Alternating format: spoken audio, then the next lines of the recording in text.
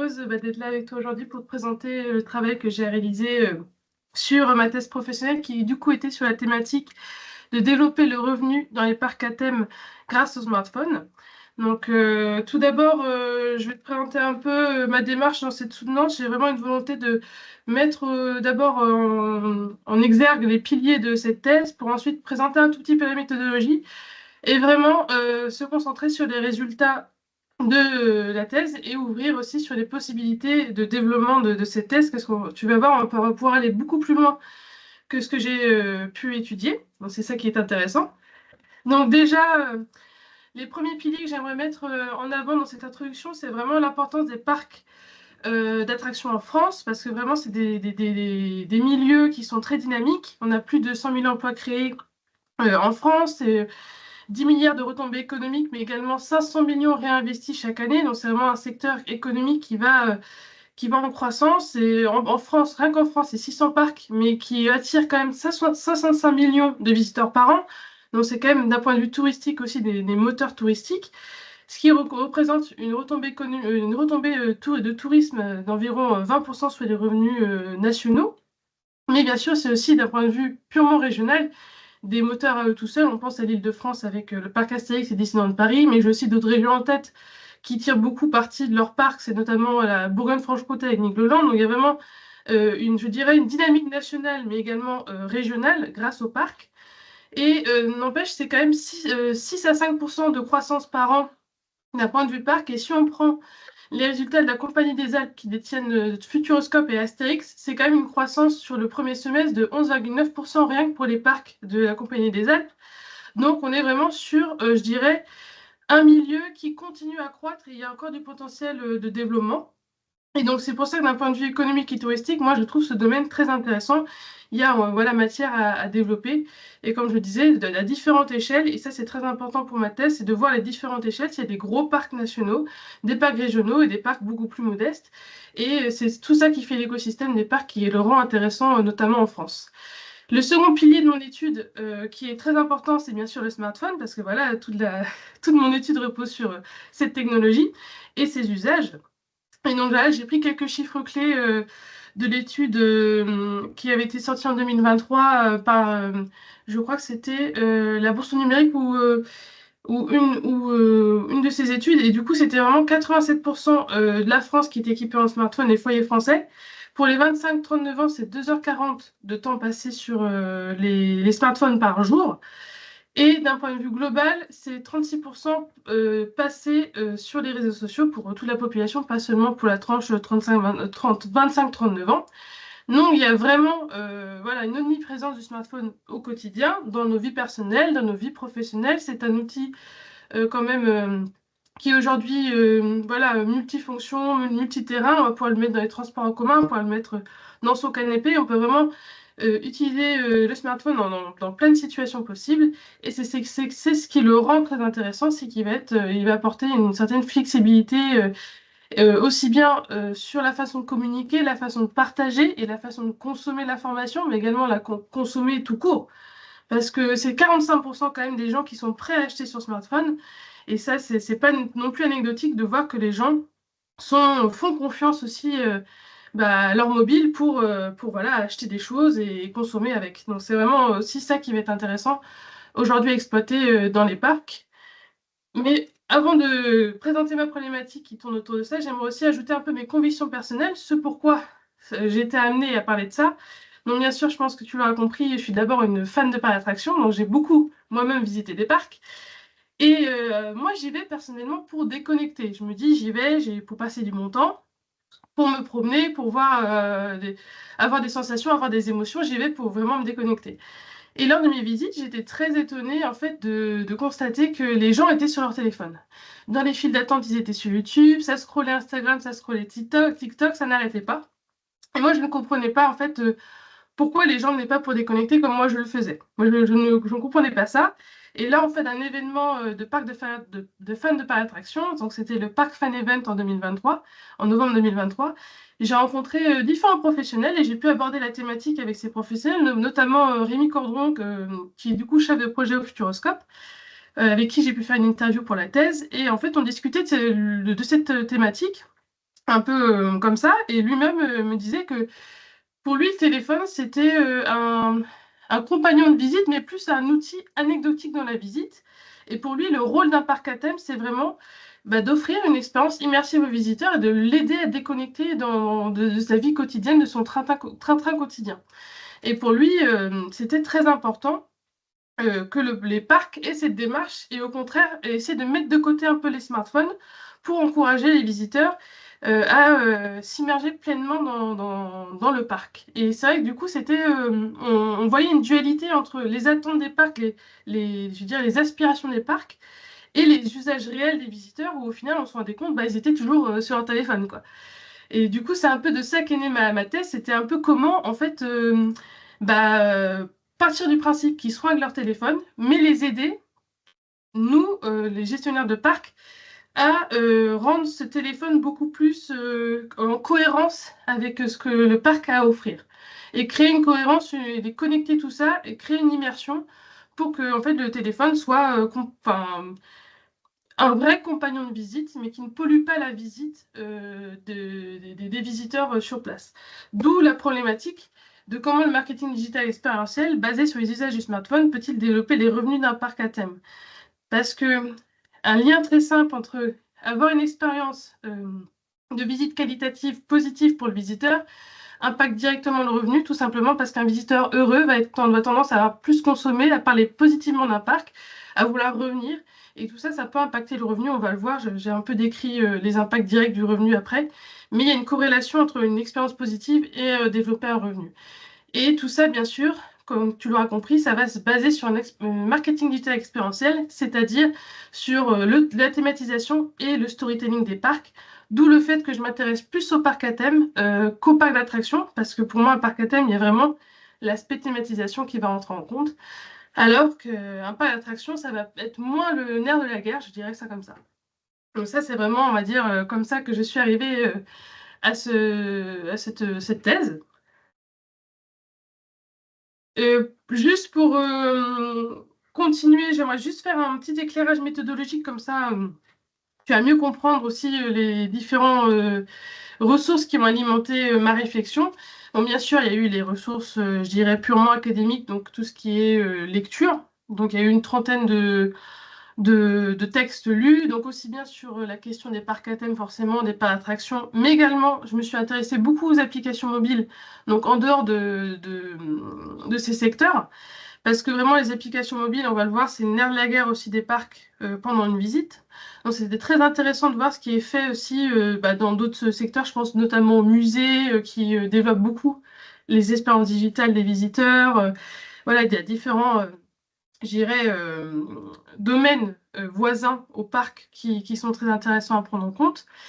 Et j'ai également du coup fait des interviews de fans de parcs d'attractions, donc 4 personnes qui là m'a permis de voir beaucoup plus les usages réels des gens sur les parcs, ce qui était très intéressant, que j'ai pu coupler du coup avec des interviews de professionnels. Donc c'était Dominique Leroux, directeur de Kingoland, du coup Rémi, chef de projet au Futuroscope, Frédéric Beck qui était community manager à Frépartus City et Julien qui est show manager contrôleur. Donc il est plus dans le côté je dirais artistique de la création d'une attraction et il a également une expertise un peu plus journalistique où il va vraiment rentrer dans le vif du sujet au niveau des parcs, il va voir un peu comment les choses sont faites, pensées. Donc c'est vraiment des points de vue, je dirais, beaucoup plus pro avec voilà, qui vont donner plus une orientation, leurs enjeux, eux, leurs priorités aussi pour les parcs, qu'est-ce que leurs priorités.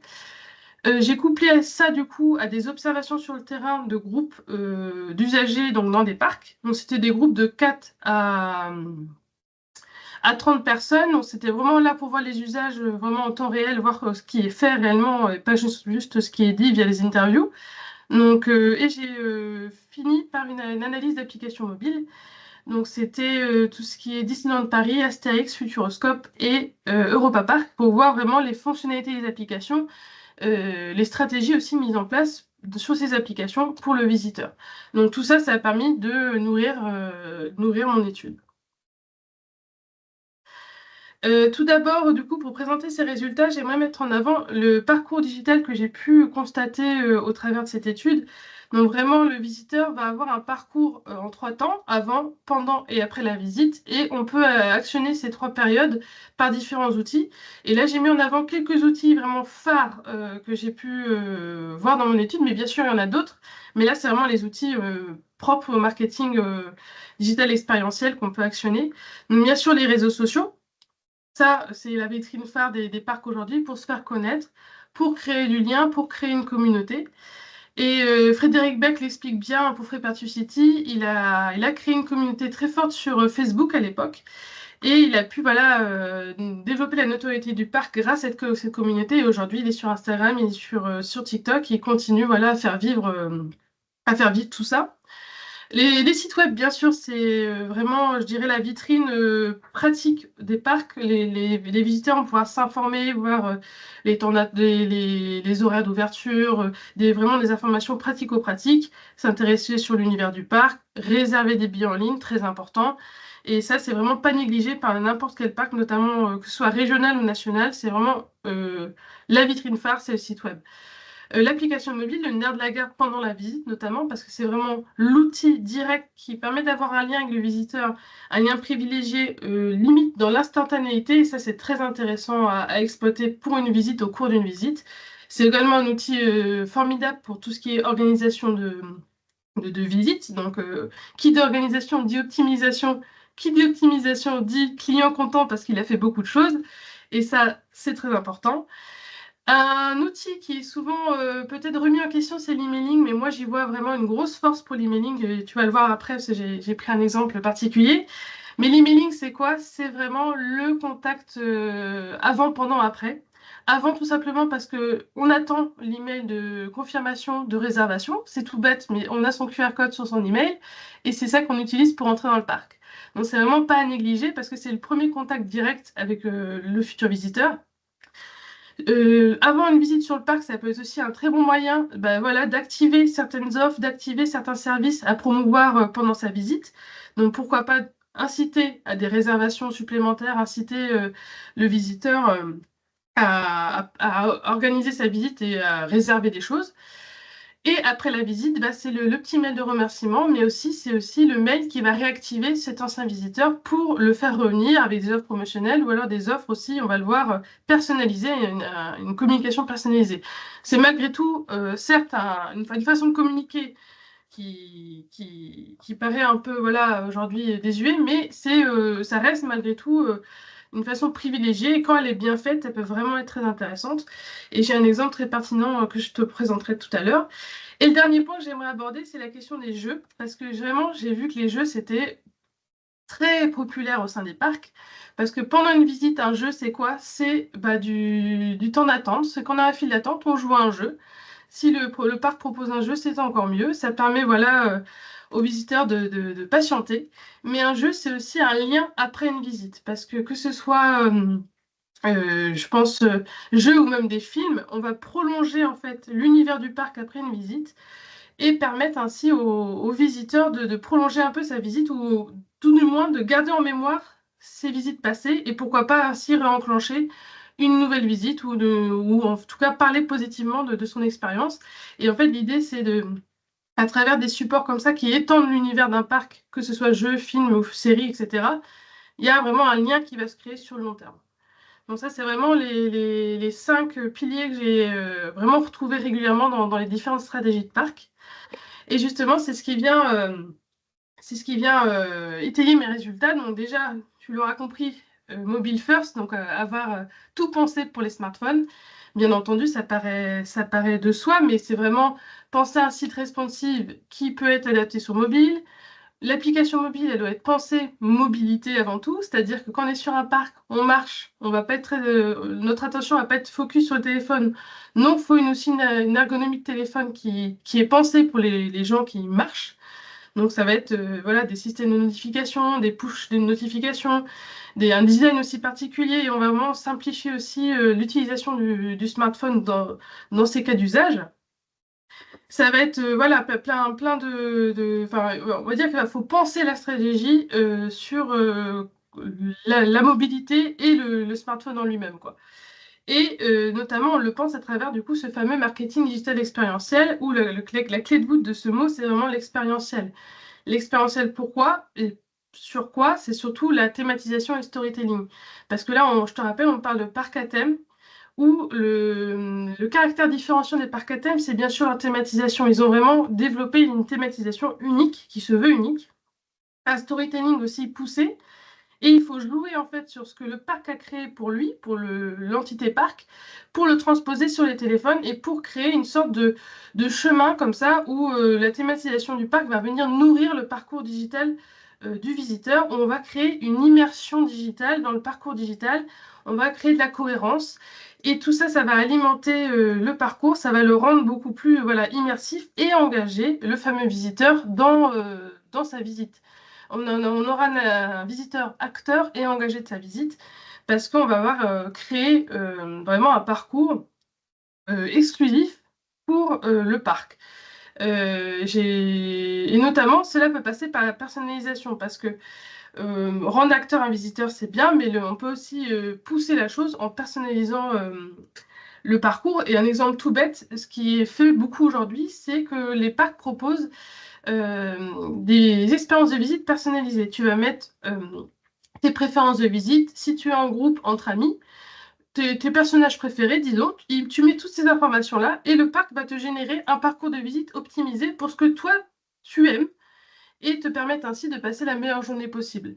Et ça, couplé à l'idée de, voilà, de thématisation et storytelling, si on rajoute une couche de storytelling par-dessus, on te rend pas seulement visiteur avec une journée optimisée, on te rend acteur de ta journée.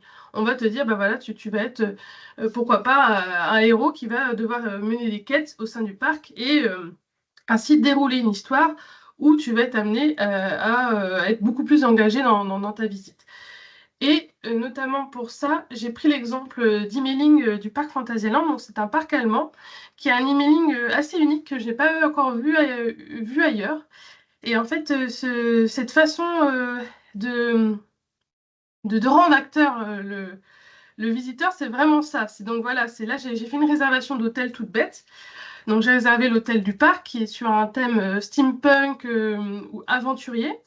Et voilà, j'ai le lieutenant Gustave qui m'envoie des mails pour me dire qu'il est très heureux de m'accueillir chez lui, que je vais devenir voilà, la prochaine exploratrice de ce monde merveilleux.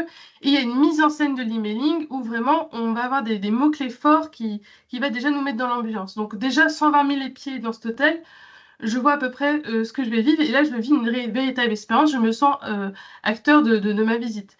Et en plus de ces mails, donc il y avait une différente suite de mails. Il y avait à peu près, je crois, 5 mails. On me propose voilà, des services de l'hôtel. On me dit, bah voilà, il y a un bar. Donc au lieu de me dire, il y a un bar, il y a un restaurant, on va me dire, bah voilà, vous allez pouvoir retrouver tous les explorateurs. Dans, dans, dans ce bar merveilleux, vous allez pouvoir échanger sur vos aventures. Il y a vraiment voilà, une mise en contexte de la visite qu'on ne retrouve pas forcément dans un mail qui vous dit bah, vous avez un bar, vous avez telle offre de restauration et venez nous voir. Bah, là, c'est vraiment bah, que on a une volonté en fait de mettre en avant les services et les offres à travers une thématisation et ça nourrit vraiment une certaine immersivité. Et c'est très intéressant à exploiter ce caractère unique des parcs de cette façon. Les résultats directs pour les revenus des parcs, c'est quoi? Bah, c'est promouvoir, comme on l'a vu, différentes offres et services, comme avec le cas de Fantasyland, où ils peuvent promouvoir ainsi leur bar, leur restauration de façon un peu plus engageante, je dirais. C'est rendre aussi l'expérience de visite mémorable et positive pour le visiteur et l'engager, donc le rendre acteur. Et une expérience de visite mémorable, comme je le disais tout à l'heure, c'est aussi l'inciter à le faire revenir, le fidéliser sur le long terme et aussi l'inciter à partager de façon positive son expérience de visite. Donc ça peut être très intéressant pour voilà, développer aussi des revenus dans le sens de faire revenir les gens, les faire aussi dépenser peut-être sur des abonnements long terme ou ne serait-ce que promouvoir des offres aussi des offres de restauration supplémentaire ou ce genre de choses aux visiteurs peut-être qu'un visiteur engagé n'aurait peut-être pas été enclin à aller directement, alors que là, si on lui propose une véritable aventure, il sera peut-être plus motivé à l'idée de consommer. Notamment, néanmoins, il y a quand même des freins à mettre en exergue parce qu'en fait, comme je te l'ai dit, vraiment, il faut penser les parcs de façon nationale mais aussi régionale. Donc, il y a différentes typologies de parcs, différentes tailles qui n'ont pas toutes les mêmes problématiques. Je pense notamment à Dominique de Kingoland qui me parlait du fait que bah, le parc de Kingoland est sur une zone blanche. Donc, il a dû tout un travail pour voilà, mettre du réseau, apporter la connectivité sur le parc. Et pour lui, par exemple, les applications mobiles, c'est pas forcément pertinent parce que tout le parc n'est pas encore ouvert et du coup, une application, ce serait pas le plus efficace pour les visiteurs. Ça passerait son temps à bugger. Et du coup, lui, il ne voit pas l'intérêt, par exemple, de développer pour le moment cette technologie tant qu'il n'a pas réglé tous ses problèmes. Et notamment, il me dit, c'est le cas avec Frépertuis, avec Frédéric Beck, il m'expliquait que lui, Frépertuis avait une application mobile qui n'avait pas été utilisée parce qu'au niveau des fonctionnalités, il manquait des fonctionnalités phares des applications, donc c'est-à-dire un visiteur de parc va attendre au minimum une carte pour se repérer, mais également des temps d'attente. Et ça, on l'a vu à les interviews de fans de parc, les temps d'attente, c'est très important sur une application. Et Frépertuis n'a pas la technologie au sein des attractions pour avoir des temps d'attente interactifs. Donc, en fait, l'application ne servait à rien. Il me dit, il valait mieux mettre un plan sur le site web téléchargeable en PDF plutôt que payer pour une application mobile qui est au final très peu utilisée. Donc, c'est le genre de fonctionnalité clé qu'il faut penser, qu'il faut avoir pour rendre l'outil, je dirais, utile pour le visiteur. Et un autre point par rapport aux applications, c'est l'idée de faire télécharger l'application. C'est un sacré challenge pour les packs de faire télécharger l'application. C'est pas donné, c'est assez difficile de motiver en fait de l'utilisateur de télécharger l'application. Il y a des parcs qui ont trouvé des astuces. Je pense à Europa Park. Ils ont mis leur virtual line sur l'application. Donc la virtual line, c'est une file d'attente virtuelle qui permet de gratuitement d'éviter de trop patienter aux attractions. Donc il y a quelques passes comme ça à la journée pour éviter que les gens attendent des heures. Et cette fonctionnalité est exclusivement sur mobile, sur l'application. Donc en fait, les gens n'ont pas le choix de télécharger l'application. C'est un peu voilà, une sorte de motivation. Mais tous les parcs n'ont pas trouvé encore cette motivation pour le téléchargement. Et un autre point très important, c'est qu'il ne faut pas oublier que quand on fait des visites de parc, généralement, le public cible, ça va être les familles. Des familles qui ne sont pas forcément tous équipés d'un smartphone au sein de la famille. S'il y a 3 enfants, 2 smartphones, eh ben, va falloir sacrifier 3 personnes de la famille qui ne pourront pas, par exemple, jouer au jeu. Et ça, bah, déjà rien que ça, l'expérience de visite immersive, on la perd parce qu'il y a 3 personnes qui ne pourront pas la vivre. Mais certains parcs ont trouvé des astuces, notamment en favorisant des jeux d'équipe. Je pense à Fantasyland où on a vu beaucoup de gens faire des quiz en groupe dans les files d'attente. Donc toute la famille est engagée, tout le groupe est engagé. Et il y a vraiment voilà, des interactions qui sont créées.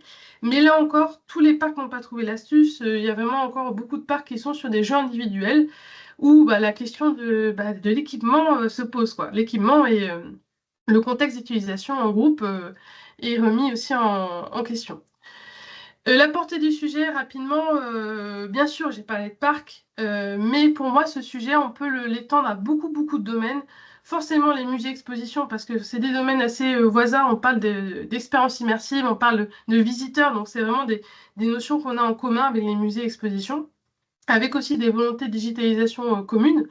Mais je pense aussi à tout ce qui est lieu clos, où le client va être captif. Je pense aux croisières, resorts, les centres commerciaux, où on va pouvoir, pourquoi pas, proposer une histoire, une immersion, une aventure à ses visiteurs pourquoi pas aussi mettre en avant certaines offres, certains services auxquels ils n'auraient pas pensé. Tiens, telle boutique va faire telle promo à tel moment, on envoie un push notification et on fait pourquoi pas un petit jeu. Il y a plein de façons de mettre en scène ces lieux en fait au final.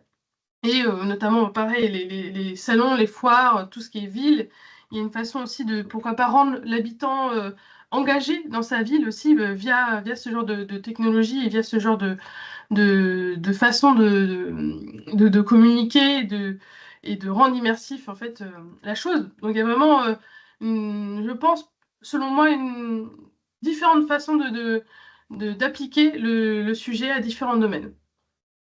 Et pour conclure, j'aimerais aborder un sujet que je n'ai pas abordé. Justement, je pense que c'est assez important de faire le point là-dessus. Pourquoi je n'ai pas parlé d'IA dans ma thèse et aujourd'hui? Notamment, bon, bah, comme je sais que je parle quand même à quelqu'un qui travaille dans l'IA, donc je pense que tu vas comprendre pourquoi je parle du sujet et pourquoi je n'en ai pas parlé. Parce que comme je t'expliquais, il y a différentes typologies de parcs qui ont différentes problématiques. Et aujourd'hui, les discours que j'ai eus des différents professionnels de parcs régionaux, donc Kingoland ou Frépertuis, pour eux, l'IA, c'est pas une priorité. Pour eux, déjà, ils sont à régler les problèmes de connectivité, ils sont à se demander si l'application mobile, elle est utile. Donc déjà, ils sont pas dans une démarche d'aller plus loin, et notamment l'intelligence artificielle pour les visiteurs. C'est pas encore une problématique. Souvent, le discours qu'on me donne, c'est on attend voir ce qui est fait, comment ça fonctionne et surtout comment les gros acteurs s'en emparent. Et on voit si c'est utile, mais de toute façon, à l'instant T et on va dire 5 ans plus tard, pour eux, c'est pas une priorité pour le moment. Mais après, c'est normal, quand on voit déjà que la question de la connectivité pour certains parcs, c'est compliqué. Avoir une IA, c'était encore plus touchy pour eux, d'un point de vue investissement notamment. Donc on sent qu'ils sont assez, ils sont une wait and see, ils préfèrent attendre et voir ce qui est fait. Mais malgré tout, des gros acteurs tels que Six Flags, donc qui est un regroupement de parcs américains, euh, lui a investi énormément dans l'IA, que ce soit l'IA conversationnelle pour optimiser notamment l'organisation des visites, et l'IA aussi pour optimiser les flux dans les parcs, parce que c'est pas encore notamment mis en place, c'est vraiment la gestion de flux, optimiser les flux, ça aussi c'est des questions très importantes qui peuvent être traitées avec de l'IA. Mais là vraiment au niveau IA conversationnel, la question commence à émerger dans les gros acteurs. Et la Walt Disney Company a également beaucoup investi, c'était en août 2023, où il y a eu des grosses campagnes de recrutement de spécialistes de l'IA et où dans la formulation des fiches de poste, l'intitulé c'était optimiser chaque poste possible, enfin oui, chaque poste de notre organisation, quoi. Donc en fait, ils ont recruté des spécialistes pour optimiser voilà, la compta, le marketing, la communication, mais également le travail dans les parcs. C'est-à-dire que la restauration, tout ça, ils cherchaient à optimiser absolument tous les, tous les métiers via l'IA. Mais ça, c'est encore en attente. On n'a pas encore de résultats concrets de cette embauche et de cet investissement aussi économique. Et c'est vraiment eu un investissement, l'argent mis sur la table, mais on n'a pas encore les résultats concrets. Et il y a des acteurs comme enfin, forcément le Futuroscope, je pense à eux parce que voilà, c'est des acteurs, le digital, c'est dans l'ADN du Futuroscope. Je sais qu'ils bossent sur des projets plutôt orientés visiteurs, donc des interactions IA-homme, mais là encore, Frédéric me disait, bah, c'est en cours de projet, on est en train d'y réfléchir, on voit, mais eux, ils y ont pensé parce que voilà, c'est de leur ADN aussi, c'est de leur démarche. Mais c'est un sujet, effectivement, qui, selon moi, est la suite logique aussi de ma thèse, c'est comment aller plus loin de ce qu'on connaît déjà, du smartphone, de l'application mobile, et comment mettre une couche d'IA là-dessus pour encore plus optimiser les journées et encore plus aussi personnaliser, pourquoi pas, les visites.